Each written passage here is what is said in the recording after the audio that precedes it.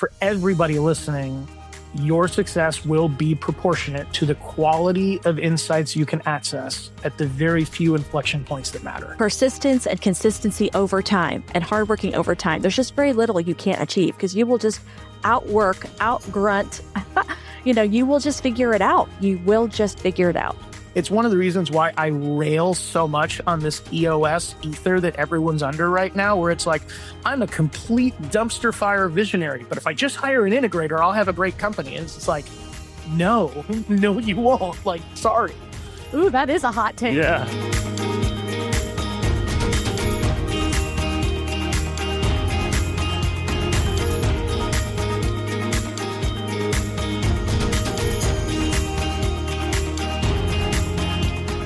Hello, and welcome to the Liberty Spenders podcast. We are your hosts, Kurt and Kristen Luidhardt, co-founders of the Prosper Group, an agency that's helped raise over $500 million and help elect over 100 members of Congress, 15 governors, 15 U.S. senators, and 1 president.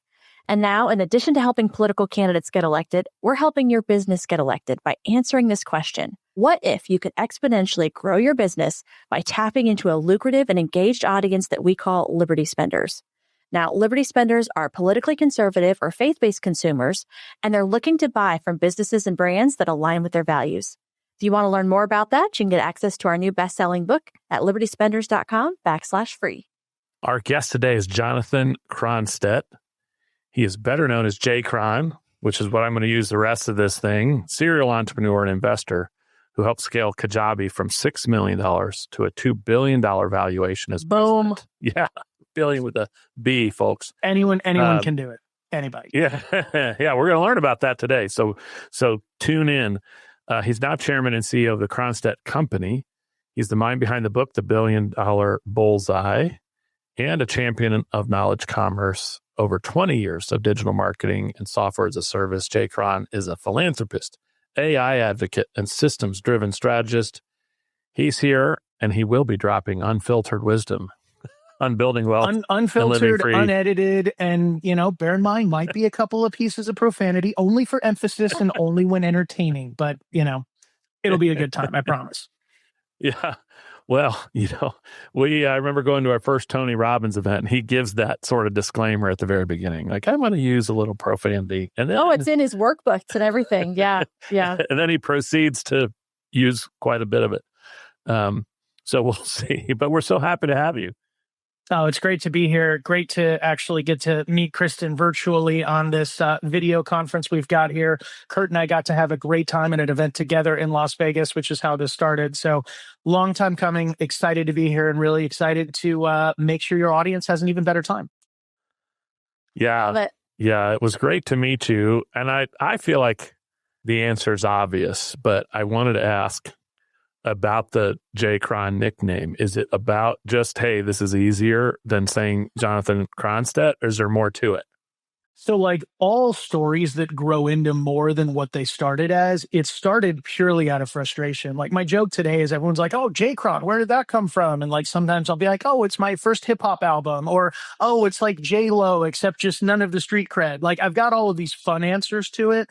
But the real beginning is actually pretty uninteresting. I was working for Mike Koenigs at the time, a mutual friend. And as his VP of Biz Dev, the creative director that we had there was like, Jonathan Cronstedt, because I've got this weird T at the end of my name that nobody knows what to do with. And finally, he's just like, hey, JCron, which, super inventive, like my first initial, half of my last name, nothing exciting about it.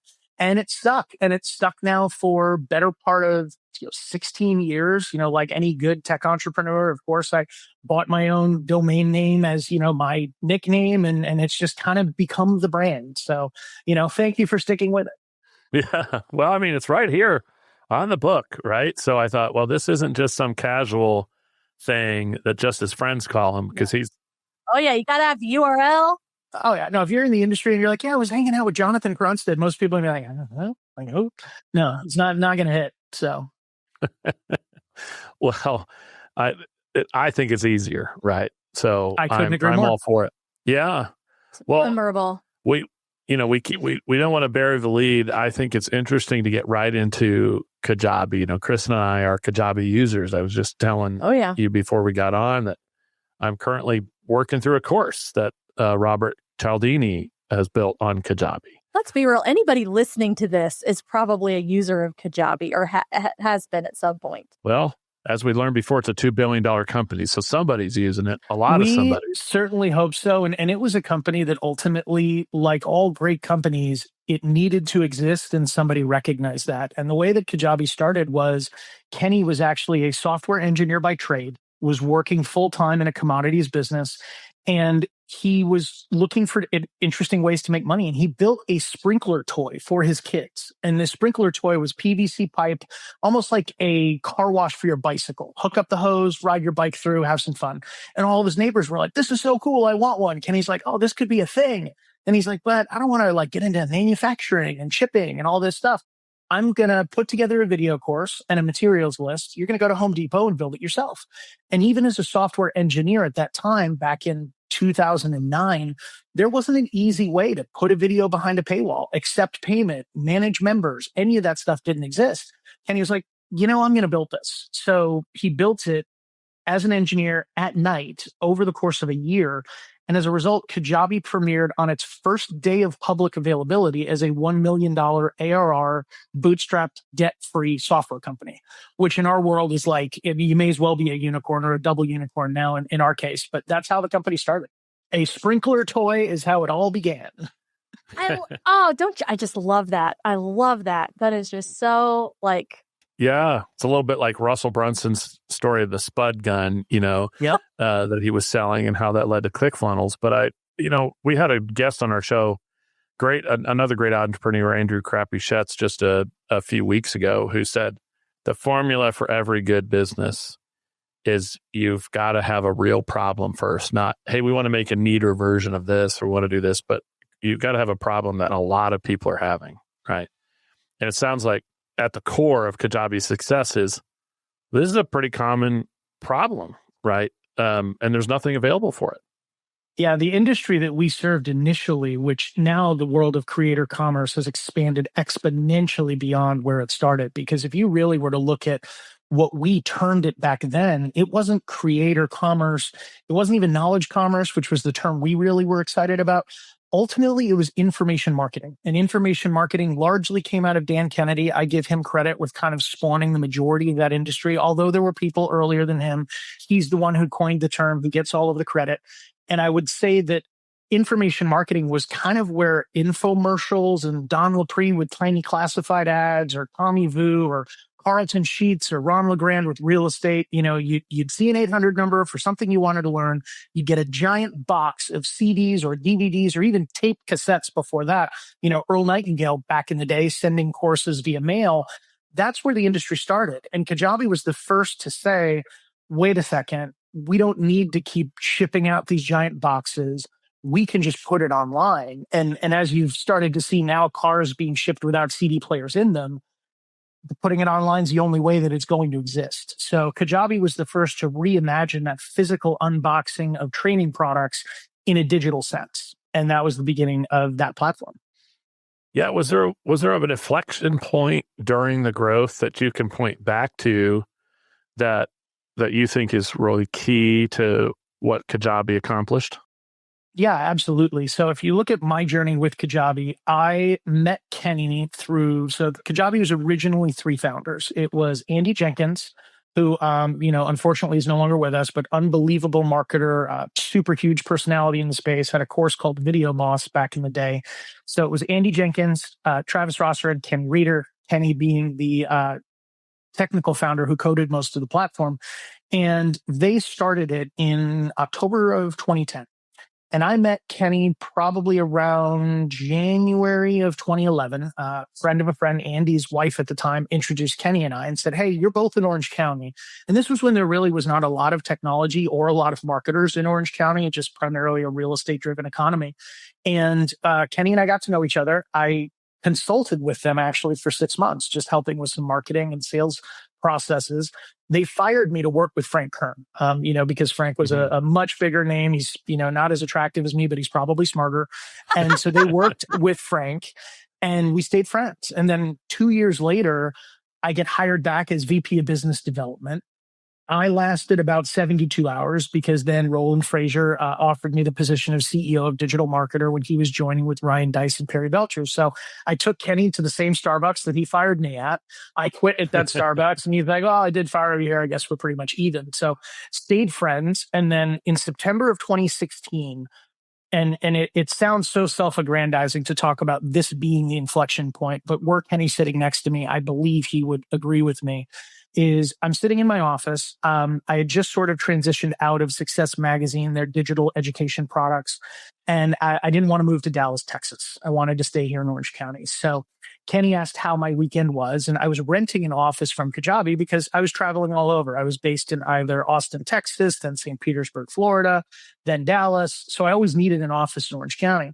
And I told Kenny I'm transitioning out of Success, and he's like, oh, why? And I told him, and he's like, well, you've grown a lot and we've grown a lot. And I really feel like this can be so much bigger than it is. I think we can take this thing to the moon, but I really need somebody that's going to do that with me. And I was like, that sounds pretty exciting. And he's like, yeah, I agree. It's probably easier than moving your shit out of the office. So that was sort of the joke, but that's the way the conversation started. And so what I would say the inflection point that matters, and I'm not going to make it about me personally, I'm going to make it more about the mindset and the potential identified in the company, is it was the moment of recognizing that this thing that started as a lifestyle business and had been grown as a lifestyle business could really be a scale-up monster of a business. And so if you look at the first 5 years of Kajjabi, from 2010 to 2016, the company went from 0 to about 6 million in ARR and 25 team members.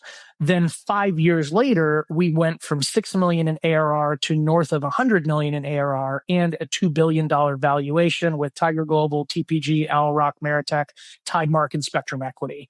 So similar bookended periods, but the big change was this is now a thing and we're going to pursue it as a thing. Now, to be fair, I think also being patient and allowing the trend lines of the industry to rise to meet us, because it might have been harder to build a scale up digital education enterprise in 2010, 2011, 2012. But all of a sudden, 2016, 17, 18, you're seeing broadband internet proliferate. Everyone can watch videos everywhere. Broadband cellular connection proliferates. Everyone can watch videos on their phones. And then all of a sudden, COVID, which forced all of the digital someday to digital right now. There's a lot of macro elements there, but were we not thinking in terms of how do we capture all of this demand? We might have missed it. I think it's so insightful on so many levels because again, acknowledging you can try to time the market, be way off, wait too long, be first and get murdered because somebody else picks up on what you did, improves upon it, innovates. And so your recognition of the patience is so important, but also I just think that's so true, when we're having conversations with clients or interviewing people on this podcast about mindset, and of course we are very big fans of Tony Robbins, and he's a big, huge mentor and influence in our lives because of just recognizing the importance of that. Incredible. And it is just the starting place for so much. And so when you have that, like you said, you're making a decision, a shift of, I want to go for this. This is important. We're going to be intentional about it. We have the right team in place. It's just so incredible for anybody listening to recognize. I think that's a very important nuance for everyone listening, that if you ask me the difference between early stage novice entrepreneurs and later stage, possibly second, third, fourth company entrepreneurs, the later stage entrepreneurs recognize that opportunity is perishable. That earlier stage entrepreneurs, and this is one thing I have a tremendous amount of religion about with millennials today, with this whole idea of, work-life balance, or, I only want to work when I want to work, or I only want to work at the pace I want to work. And it's like, that's fine, but you can't ask the world to wait for you. You can't ask that window in a market that is an opportunity to wait for you. And I learned this when I was in the mortgage business. And, I took that really easy. The money was there and it was plentiful. So I showed up late. I left early. I did all of the traveling and all of the partying I could do. But if anyone had said, hey, this is only going to last about 2 years, and then the whole thing's going to go away, I would have showed up early, stayed late, banked all of the money, and like my smart friends, gone and bought entire blocks of real estate in Las Vegas when they were giving it away in 2008 and 2009. But instead, I went bankrupt. I didn't know that that was a window of opportunity. I was just like, I got the best job in the world. I'm going to keep going. Yeah. I'm like, say it louder for the people in the back. Yeah. It's an incredible lesson. Well, and you've distilled some of the experience in building Kajjabi and some of your other entrepreneurial experiences into your billion dollar bullseye. And you've got this bullseye illustration about how a company can experience the same kind of, 10x kind of success that Kajjabi was experiencing. So walk us through how that works. Give us the Cliff Notes version of what you're covering in Billion Dollar Bullseye. Absolutely. So the book is told through this metaphor of playing darts, and the idea behind it is the way to win at darts is not actually to be good at darts. The way to win at darts is to get to throw at a bigger bullseye than everybody else. Because if you're doing that, the game's not fair anymore and you're going to be disproportionately winning. So the idea of how to expand the bullseye is mastering these core areas of business in order. And it starts at the middle with purpose, then profit, then product. Those are your core three. If you don't have them, you don't have a business. Then you've got your amplifiers, which are prestige, promotion, persuasion, and people, namely your customer experience, your marketing, your sales, and the people that you hire to run those systems.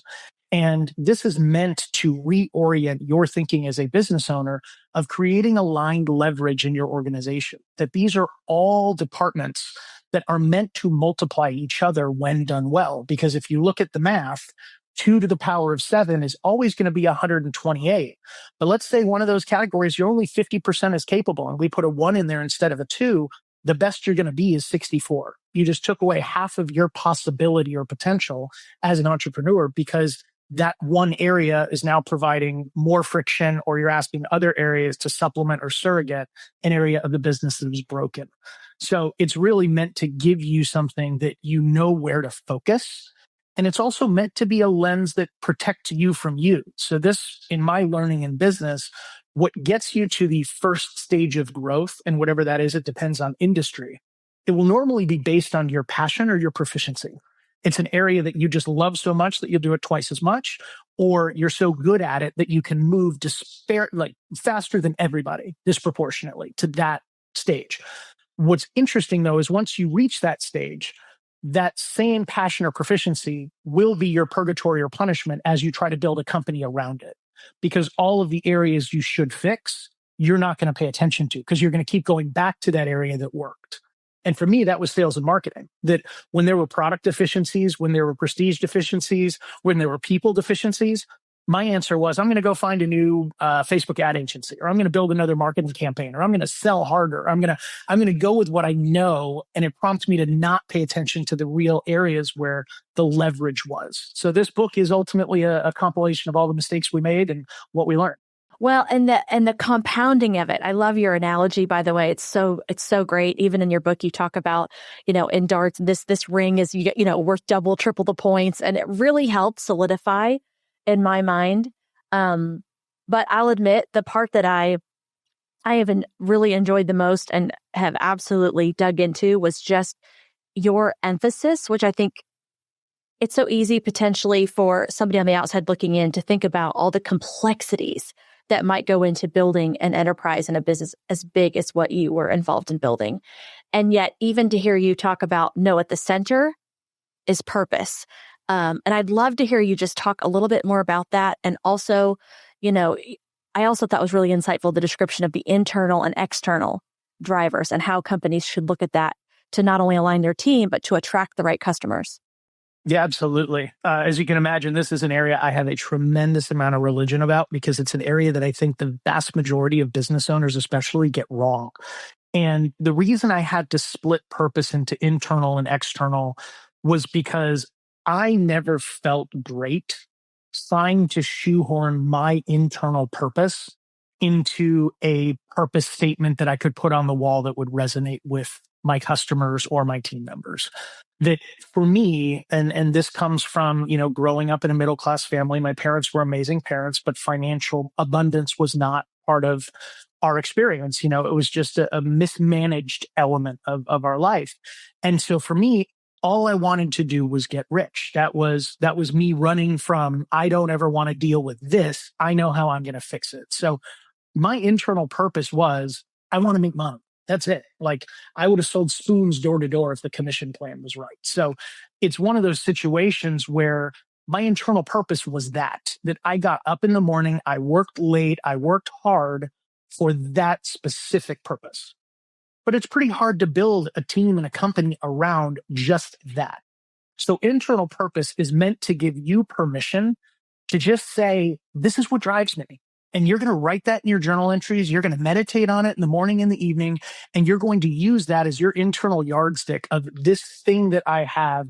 Is it doing what it is first and foremost meant to do, which is serve my internal purpose? And this is one of those reasons why we've got a lot of stories I could share on this. But one of the reasons why I'm so passionate when I hear entrepreneurs say, oh, well, I'm not making any money.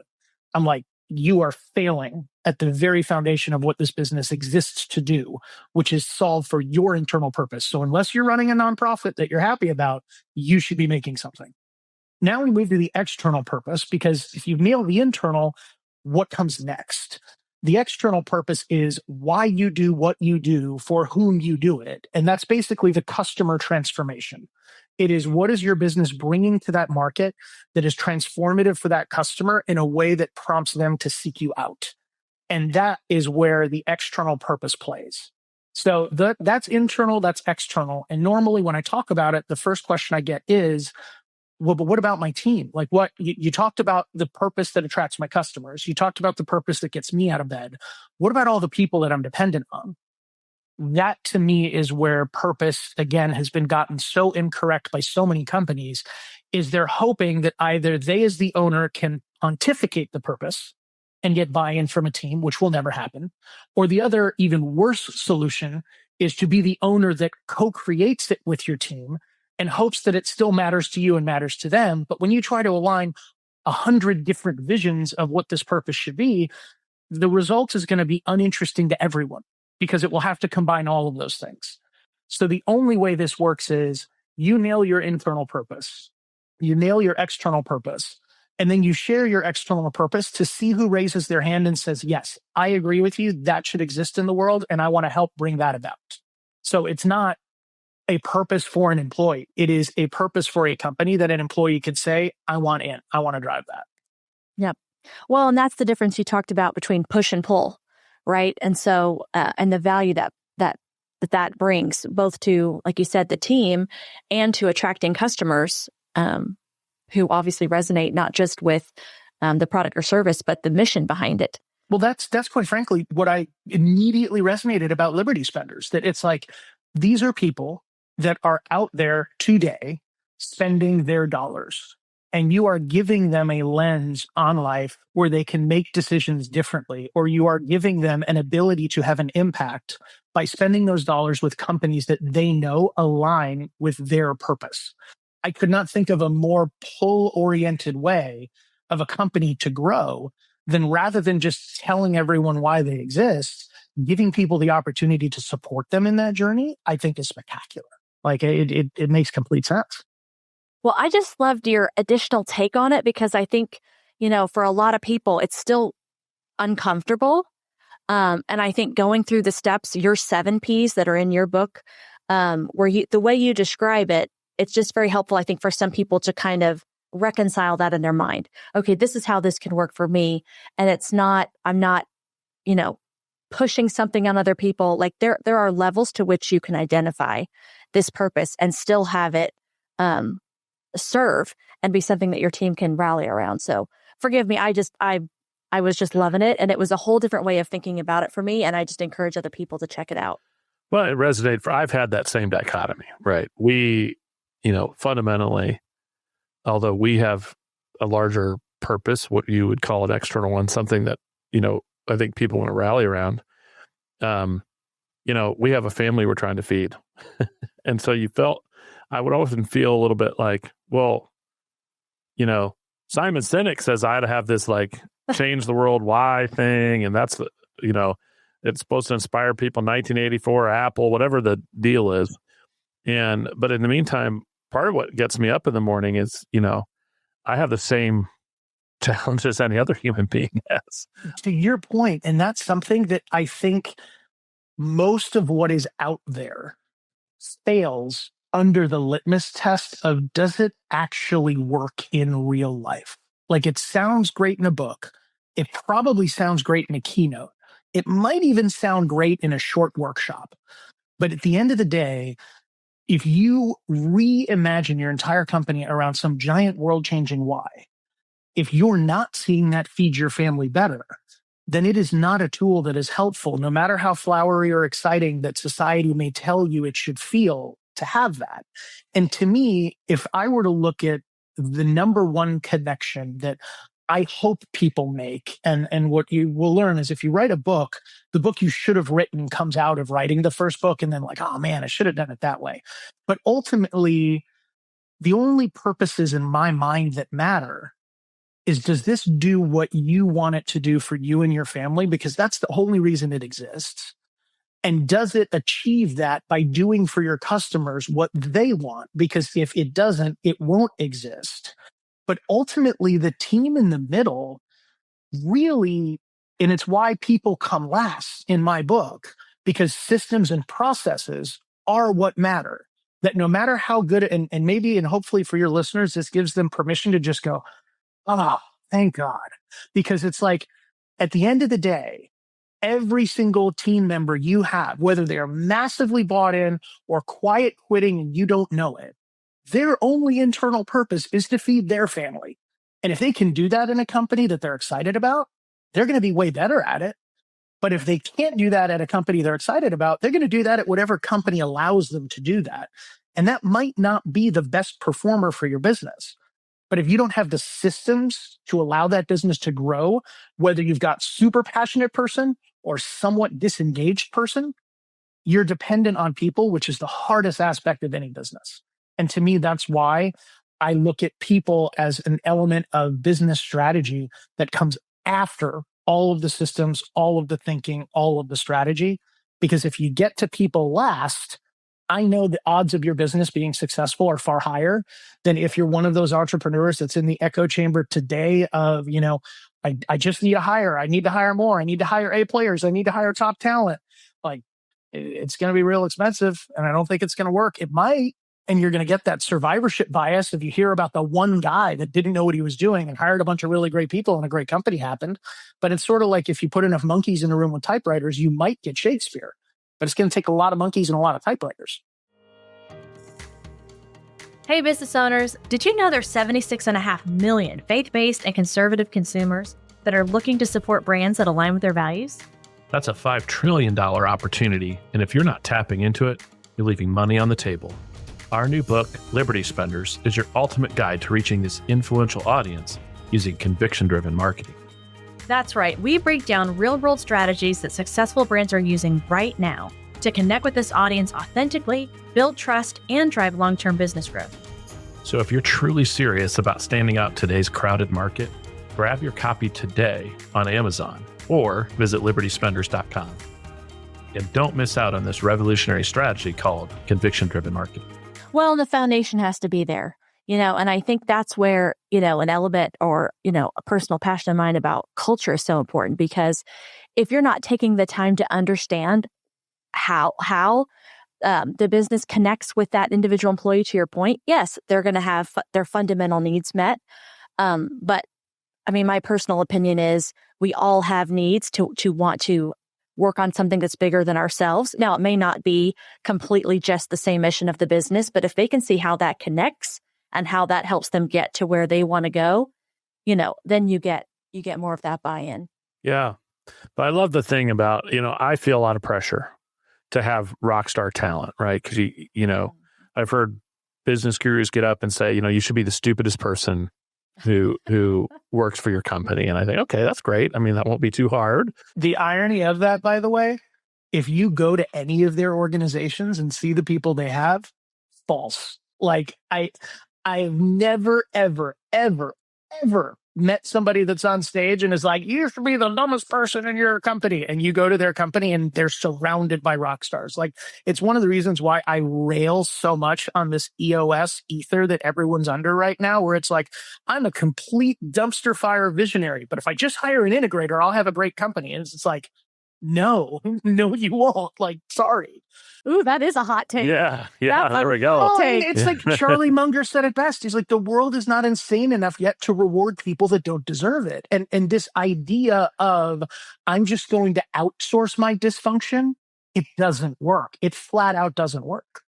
Yeah, well, and I think as you articulated it, it resonates a little more with my experience, right? When we, on the part of our business we've been doing for 18 years, which is running political campaigns, we've got systems and processes out the yin yang. And in that part of the business, I feel a lot of times like our employees succeed really well. Why? Well, we do hire good people, but we're also giving them the tools, and we know exactly what they need to do and how to do it. And there's a whole process, and we move things through so much more efficiently and effectively. And then we, they all look like A players, in addition to their the people they are, because they've got that. And then in a couple of new areas which we're building, it can be really. I even have a hard time figuring out what an A player is before I have a system and a process, because I don't even. How are we doing this? Right? We have this great idea, but until we put steps 1 through 10 together to figure out how we're going to execute, I don't really know who the A players should be. Yeah, what you need in a startup. Mm-hmm. Yeah, sorry, go ahead. No, I was just going to say, top talent is a super exciting force multiplier when it happens. It is not a strategy. It just flat out isn't. Like, if it was, there would be more massively successful businesses, because there is not a business today that the owner of that business doesn't tell you that they're all about top talent, that they really want top talent. They only want A players. They've read every book on hiring. They've installed every possible system on hiring, all of that. And it's like, well, but if that's the case, then why isn't it happening? And then the next argument is like, oh, well, only like 1 in 10 people are actually top talent. And so there's just not enough A players to go around. And I'm like, that all might be true. And you might be right. But that's not the business strategy I'm going to depend on for my family's welfare. I'm just not going to. Like, I mean, I was talking with Dan Kennedy about this yesterday, and he was like, yep. He's like, I remember I took over a company once and we were doing a big mailing, and we brought in, temp employers to help with the mailing. And the only way to figure out how to compensate somebody that's going to stuff envelopes, you better stuff envelopes yourself for an hour so you know how many can be stuffed in an hour, and then you can hire someone to do it. But if you're just going to start hiring people to stuff envelopes, good luck. Like, there's an element here to me where if you as an entrepreneur are not willing to at least engage that field with enough authenticity to understand the role and build KPIs around the role so you can manage it effectively, the likelihood of you hiring and staffing and growing that role effectively is almost non-existent. It just flat out isn't. Well, and to your point, there's only so much a top talented person can do without the infrastructure and the support tools and the guideposts, right? You mentioned KPIs, without knowing, okay, I want to hit my target. What's the target? What am I aiming for? What am I, what's the direction here given to me? So that's spot on. Yeah. Well, we got a couple of really good sort of counterintuitive takes here. So I love it. I know we had people on who love EOS, and so I'm because everybody does. Little... Because and let's be honest, EOS is a remix of Rockefeller Habits, which was Verne Harnish. Which before that there was the total quality management of the Japanese manufacturers and Kaizen. We're all going to do that, and there's been so many this is the only thing, only to be then remixed into another thing. Like that, they all work if you do. At the end of the day. Well, that's biblical. There's nothing new under the sun. So we know that. We'll take that. Yes. Now you're in your sort of new iteration. The Cronstedt company is working with businesses, trying to find great and helping them scale. I'm kind of curious, when you take a look at a company from the outside in and thinking, maybe this company I want to work with, or maybe just in general, this is a good company or bad company. How do you evaluate a business? How do you know this one's got the juice? So first thing is definitely going to be, I'm going to look at my 7 Ps and see how each of these feel. When I think about this company, why are the owners doing it? What's their goal? Is that aligned? Why are the customers excited? How do they feel about the experience? How much thought is being put into the product that they buy, the experience that they have, how integrous and unhyped is the sales and marketing process that brings them into it, and what are the people that we have on the team that are going to drive those systems. So that's going to be my first pass on any company, is where do they sit in these areas that I'm going to want to drill into. Then after that, assuming all of that is in place, one of my favorite things to do is really looking at category design in companies. So what segment are you in? Are you the largest in that segment? And if not, we need to find a segment that you can be. Because I definitely am a huge believer that, a la Star Principle by Richard Koch, if you haven't read it, he was the gentleman who put the blurb on the front cover of my book. The Star Principle is going to tell you that it's, being a market leader in a segment that is growing is the only position that all growth essentially gets ascribed to. Or if you look at it through the category design lens, the category king gets 76% of the economics in any category, and places 2, 3, and 4 are going to fight over the remaining 24%. So if you aren't the market leader, you either have to figure out how you're going to be, or you need to switch market segments so that you are. So I would say for me, that's going to be the very next strategic element that I would want to dive in with a company. And I can give you an example if you'd like. Oh, I'd love that, because this is good. Let's do it. So dear friends of mine, Jody and Vanessa Underhill, I met Jody and Vanessa when I was working with Mike at Traffic Geyser in 2008. So I've known Jody and Vanessa for 16 years. They had a company called Rapid Hire Pro. I'm an advisor, board member, having a blast with them. And Rapid Hire Pro does staffing for the home services space. And they have a very unique approach. But what was interesting is their approach is unbelievably revolutionary. But the positioning in the category of the company, you would have thought they were just another recruiting company. So we went through a category design exercise, and it is now a company called Talent on Tap, a revenue workforce platform. So you might be wondering, what is a revenue workforce? Well, if your profits are dependent on people, you have a revenue workforce, and you need to view hiring very differently than any other business. You can't afford to have a reactive applicant tracking system that you spin up occasionally when you lose somebody, because as a revenue workforce, you're losing revenue on that empty truck on day one. So if that person is absent, you lost $50,000 that month having that truck sit empty. So if you lost $50,000, you really need a pipeline or talent pipeline of people that are always being served up. And that pipeline might be on a drip, it might be on a flow, it might be on a flood. But if you are not proactively engaging the entire workforce on a regular basis, you will be losing money before you know what happened. And the other aspect of this that's very unique is it's a proactive approach to hiring. So if you look at job boards, which most people utilize, you're only accessing about 30% of the available talent pool. So 7 out of 10 people that are probably more likely to be A players because they have the attitude and aptitude and are working somewhere already, that's the 70% I want. So we actually proactively engage that whole 70% portion to give you access to 100% of the talent pool and move them into your talent pipeline. So absent us developing our own category and language around it, we would have been grouped into an ATS reactive tracking system universe when we are the furthest thing from it. So those type of exercises are really what I love to geek out about. And Kurt got an earful from me about this while we were waiting for a meal from a restaurant that I was excited about that took an embarrassingly long time to serve us because they had just opened up. But so yeah, that'd be where I'd play next. It was great food, though. It was worth the wait and great conversation. And I felt like, by the way, JCron knew everybody in the building. He knew like the executive chef who owned it. It was like, at some point or another during this dinner, I was thinking, am I on some kind of candid camera thing here? The more anyone gets to know me at the end of the day, the only talent I have is knowing talented people. Like that's it's kind of it. So, but yeah, it was a lot of fun talking about it. And I mean, even talking about the world of Liberty spenders and figuring out how to have that be self-evidently communicated to the people that you're going to work with. Because if any business is going to spend ad dollars, why would they spend ad dollars on getting customers that don't align with their values? Like, why would you bother? Like, if half the market aligns with your values, spend twice as much to get all of half the market than spending half as much to get a larger market where half of them don't agree with you. Like, why would you bother? So, I mean, it's really, category design is a super fun thing to think about.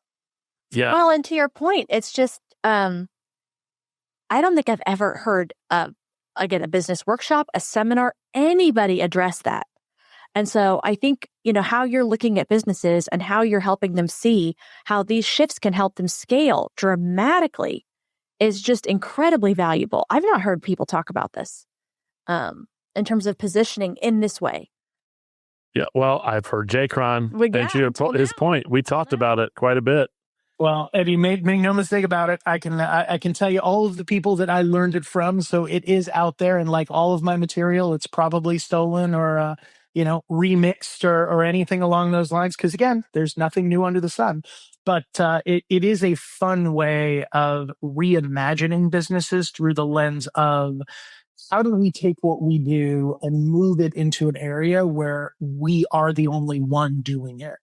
Because if you are the people that give language to the problem, everyone can't help but want to work with you, because you've now set the buying criteria in a way that you know them better than anyone else. You are the only solution for the problem you've introduced, and you get the whole market. Yeah. Yeah, I mean, absolutely. And I just think there's so much emphasis on so many other things that this is just an overlooked important piece of business strategy. Yeah. Well, and if you guys would like an unadvertised business strategy that is in my book that I only now have gotten even more data as to how cool it is, I can share with you the recognition-driven revenue flywheel, if you'd like to hear about that. Oh, yeah. Let's do it, because you're dropping good hot takes. Let's add another. So the recognition-driven revenue flywheel is a concept that we sort of found our way into in Kajjabi. So we were starting to think about how lonely the world of online entrepreneurship is. A lot of time in front of screens, a lot of time telling your friends and family that you have a real business. And they're like, no way, nobody makes money on the internet. What are you doing? You're an idiot. And we wanted to show up for those people and say, hey, what you're doing is cool and it matters. So we came up with this idea. Kenny just was like, yeah, let's call them Kajjabi Heroes. It's like, yeah, totally. Let's do that. So we got these hashtag Kajjabi Hero t-shirts. And when somebody earned $1,000 on the platform, we'd send them a t-shirt, which is pretty cool. You get to recognize them. You start getting this earned and owned media as you see these t-shirts showing up in social feeds all over the place. Well, then what we did is we tied our Kajjabi partner program to that, which was our closed referral program that you were not allowed to refer someone to Kajjabi unless you were a Kajjabi customer. So as we recognized them for their achievements, it was very easy to say, hey, by the way, you're teaching people something. They probably have something to teach. You should tell them to use the platform you're teaching them on. So then that partner program grew, allowing us to recognize more people, which grew, which allowed us to then refer more people, which grew. And we watched this flywheel between recognition and revenue continue to grow and grow and grow. And I'm proud to say that now, almost 8 years after it started, it still occupies over 1/3 of our new signups. It is our best unit economics acquisition channel. So if you are a business that has any opportunity for recognition to drive revenue, you absolutely have to dive into it. It's something that at some point I'm going to write the book about it. But Napoleon Bonaparte had a quote that said, had I enough colored ribbon, I would have taken over the world. And it really speaks to the fact that recognition is more powerful than anything else. So I think it's something that with intentionality, internally and externally, it is a huge leverage point that most businesses miss. I agree with that. Well, to add some data points to it, I mean, we've been doing that in politics for years, right?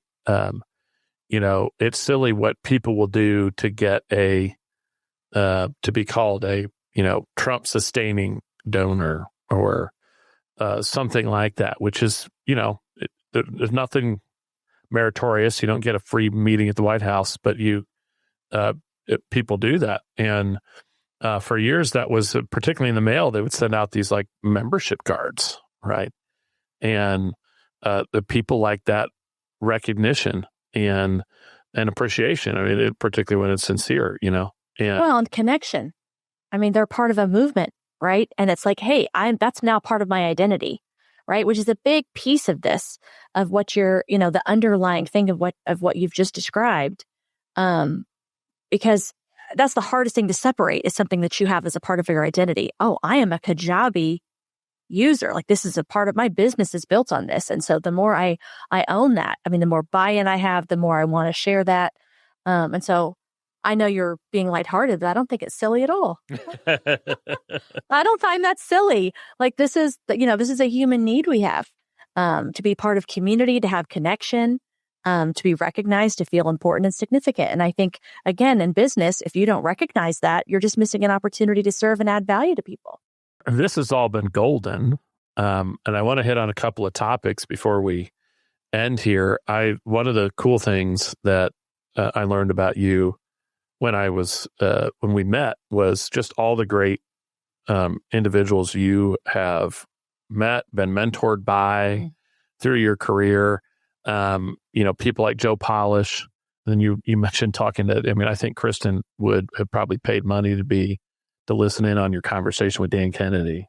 And so I'm a fan. And you're hanging out Perry Belcher, who's a hilarious guy, incredible innovator and marketer, and Nolan Fraser. Yeah, I'm like, okay.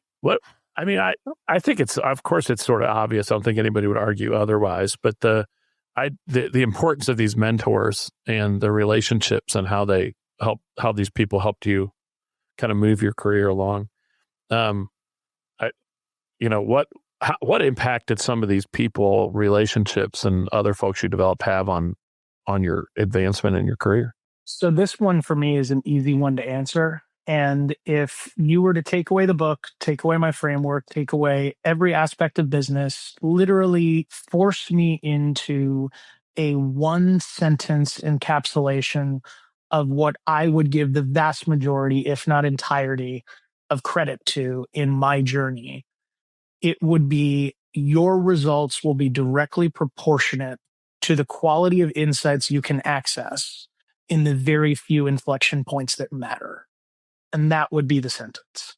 And the reason for that is because I look back over the entirety of my career and I can tell you the very few inflection points that mattered.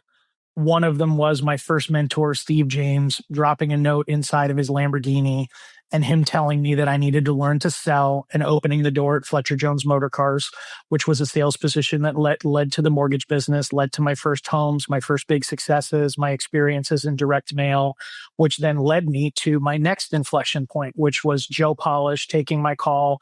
He was $25,000 a day for consulting. I offered him $500 for 5 minutes. We became fast friends, and he introduced me to this universe of information marketers and let me follow him around like a lost puppy dog for 3 months. And that's what launched my entire career into this space, which then led to the inflection points of working with Chet Holmes and Tony Robbins and Mike Koenigs and, meeting Roland Frazier at Mike Koenigs, which then led to me being CEO of Digital Marketer. And then you look at the moment that probably was the biggest inflection point in my life to date, actually second biggest being marrying my wife. That without that force multiplier, none of this happens. So she wins, number one. Number two was when I was looking at Kajjabi, and I remember going to my dad, and my dad was unbelievable VP of sales for his entire career. And I said, Dad, I'm looking at this software company, but the downside is I'm going to have to take a 50% cut in salary to work at this company because it's smaller, but I'll have an opportunity to be an owner and really build something. And my dad looked at me like I was insane, because why in the world would you take a 50% cut in salary? You could make twice as much, put all of that in your 401k and retire wealthy. You should do that. And I remember sitting down with two friends, GS and Sergio, my friends at YPO, and one of them being an insurance entrepreneur, the other one being a medical lifecycle management entrepreneur. And Sergio said, well, could you get another job if this doesn't work out? I said, yeah, totally. He's like, oh, well, then take the deal. Like, the equity is all that matters. I was like, oh, that's different.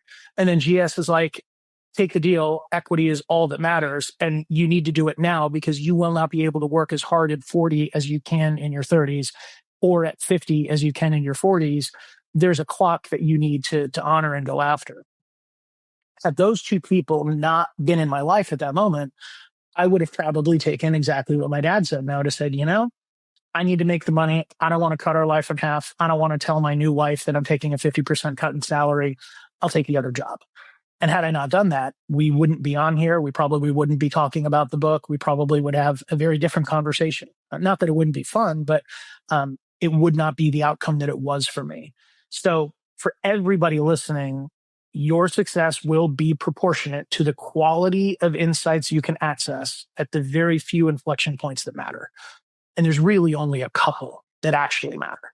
Well, there we go. That is so powerful. Yeah, we could end there, but well, it's why what you're doing here with Liberty Spenders and the podcast, why it's so important, because people out there might not have the access I did. They might not be able to know a guy to then telemarket his office, to then have that happen, or to have a car in front of them to drop a note into, or to have people that have worked with you in other capacities that then take you into universes that you weren't in. They might not have those moments. But for the people that are regularly tuning in to something like this is how you increase your surface area for luck and serendipity and blessing to find you. That's how it happens. So your inflection point might be this podcast, because that is the best brain trust that you have access to today. So again, those results will be proportionate to the insights you can access in the few inflection points that matter. I'm speechless. Yeah. Well, it's just so powerful. And I think it just hits right at the core. Like you just hit something, because golly, there's just so much opportunity, and we all think of people that you think, how did I get to be so blessed? How did I get opportunities to meet these people? Yeah, it could be a humbling thing. But I think what's cool is that, forgive me, like a little soapbox, but for living in this country, and having the opportunity and the freedom to access these things, and it's possible for anyone. Like, I truly believe that, like, so deep in my bones, that, if you don't have access to those mentors, or you feel like I'm not getting that, you can create some of that. You can get access to that. You can ask, it takes being bold. And Kristen, to your point, all of those people I mentioned, they didn't seek me out. It's not like I was hanging out, navel gazing, putting my intentions out there, and all of these people showed up at my house. It didn't happen that way. I had to make the calls. I had to go to the places. I had to take the meetings. I had to telemarket the people. Like, even my first mentor that I dropped a note in his car, he replied to the note because he thought I was a girl commenting on his car. And the first time, he picks up the phone. He's like, "Hi, is Jen there?" And I'm like, "Oh no, it's John." Click. And I'm like, "Oh shit, that was the guy." And, I called him back. I'm like, "Yeah, I'm the guy that dropped a note in your car." He's like, "Oh no, sorry. I thought you were a girl that liked my car." And I'm like, "No, I'm a guy that wants to learn about business." And he's like, "Yeah, I'm really busy. Bye." And I had to call him once a week for 8 weeks. And on the 8th phone call, he's like, "If I just had lunch with you, will you stop calling me?" And he's now been a friend of mine for, 22 years. And I talked to him yesterday. So it's one of those things that, shoot your shot. And if you don't know what shot to shoot, there's more than enough resources online than any of us that you are listening to right now ever had access to when we were at the stage that you're at. So it is truly something, to Kristen's point, if you want it badly enough and you are here in the United States listening to this podcast, there's just no excuse for you to not have what you want. Yeah. Thank you for rescuing me there. Persistence and consistency over time and hardworking over time. There's just very little you can't achieve, because you will just outwork, outgrunt. You will just figure it out. You will just figure it out.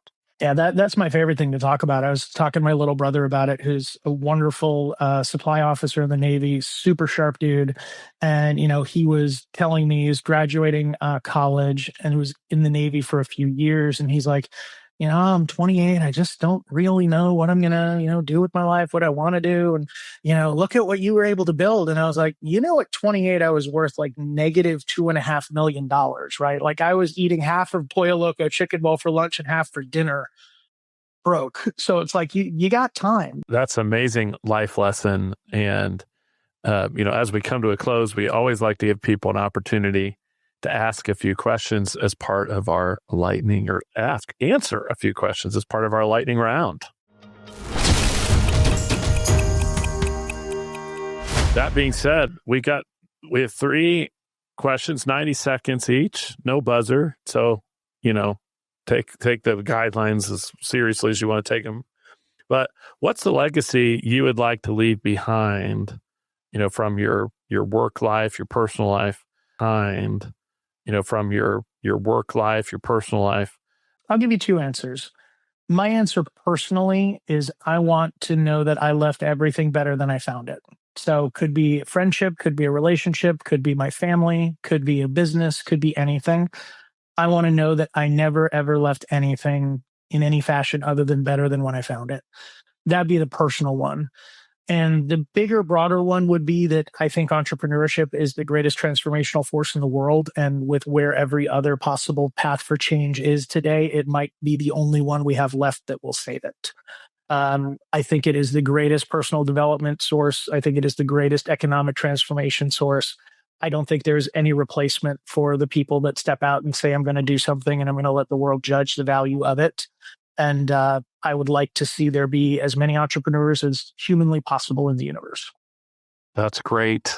Little change of topic. 90 seconds on something that's captured your imagination lately. That's maybe a little off topic, maybe a hobby, sports team. Oh, I suck at hobbies.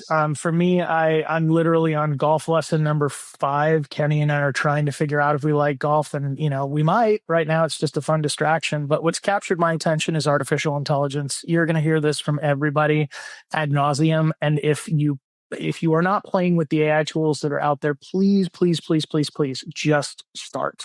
You are looking at something that will be so fast and so transformative and so pervasive in every area of life. If you are not at least playing with it at an amusement level, you will get left behind. This is going to be the single greatest disruptive force we have ever witnessed, and it is happening right now. So if you're not using it as a thought partner, if you're not using it to adopt the personas of every author or thinker that you would like to have them question your motives, your plans, your strategies, your business ideas, if you're not using it to help evaluate your marketing, your positioning, your sales, this is something that can be any thought leader you want, any author you want, any mind that you want, past or present. And this is a tool that is available for an embarrassingly cheap cost that is ridiculously fast. You have to use this, because if you don't, you will look back on this as a truly regrettable period where you could have gotten ahead, but with how fast this is happening, you're already behind. So real quick, what are your favorite tools that you might recommend? I love all of them right now. I'm on the highest level of ChatGPT. I even went through a 360-degree review of me just so I could feed it into ChatGPT and ask it questions about myself and my blind spots. I love Grok because Grok happens to be a little bit more brief, funny, in your face. It's got a lot more attitude to it. So I think philosophically I align with it more, but I typically use both of them. I think Claude is spectacular for legal agreements and for some of the things that it's nuanced a little bit better than others. Full disclaimer, I've not played with some of the Chinese super advanced ones like DeepSeek just because I don't trust the Chinese. They're probably listening, and yes, I still don't trust the Chinese.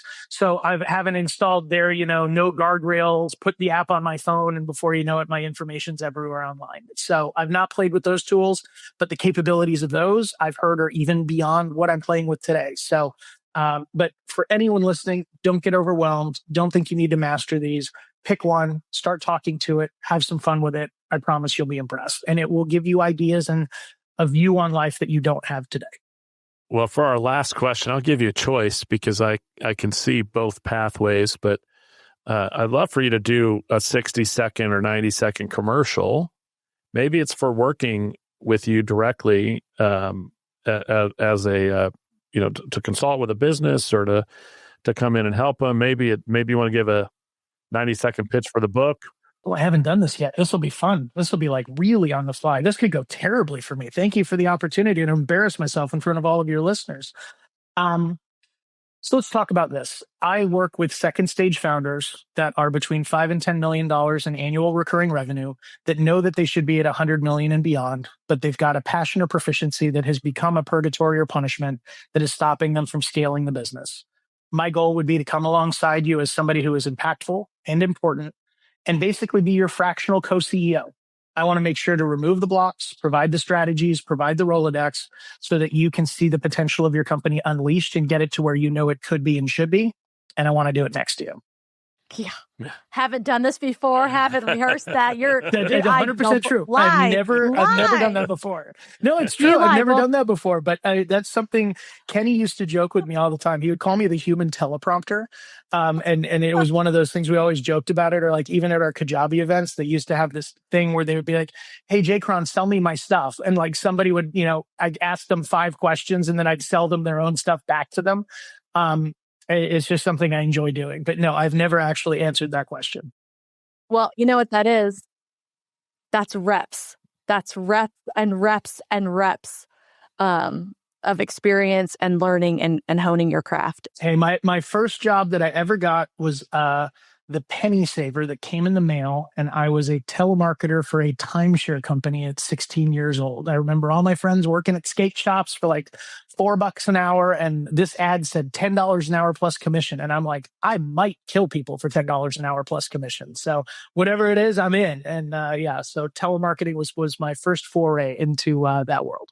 Wow. Oh my goodness. That's rough. Well, we've loved having you on. And so thank you so much for joining. For those of you listening, if you want to get in touch with JCron, hit him up at www.JCron.com.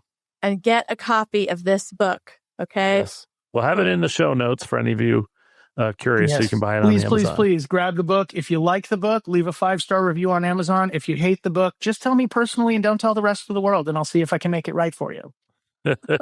Love it. Great advice. Thank you for joining. It's been a true honor and a privilege. And thank you guys for listening. We know how valuable your time is. If you found value in this episode, don't forget to like and subscribe so you don't. Thanks for joining us on this episode of the Liberty Spenders Podcast. If you're a business owner, we hope today's conversation gave you valuable insights on how to grow your business. If you enjoyed the show, do us a favor. Hit like, subscribe, and leave a 5-star review. It really helps us reach more entrepreneurs and leaders like you who are ready to make an impact. And write something flattering, because I read them all. Don't forget to grab your copy of Liberty Spenders too, available now on Amazon and at libertyspenders.com. It's packed with proven strategies to help you reach the 76.5 million consumers who are looking for brands that share their values. We'll see you next time as we continue exploring how to grow your business with purpose and conviction. Thanks for listening. We'll catch you on the next episode and the one after that.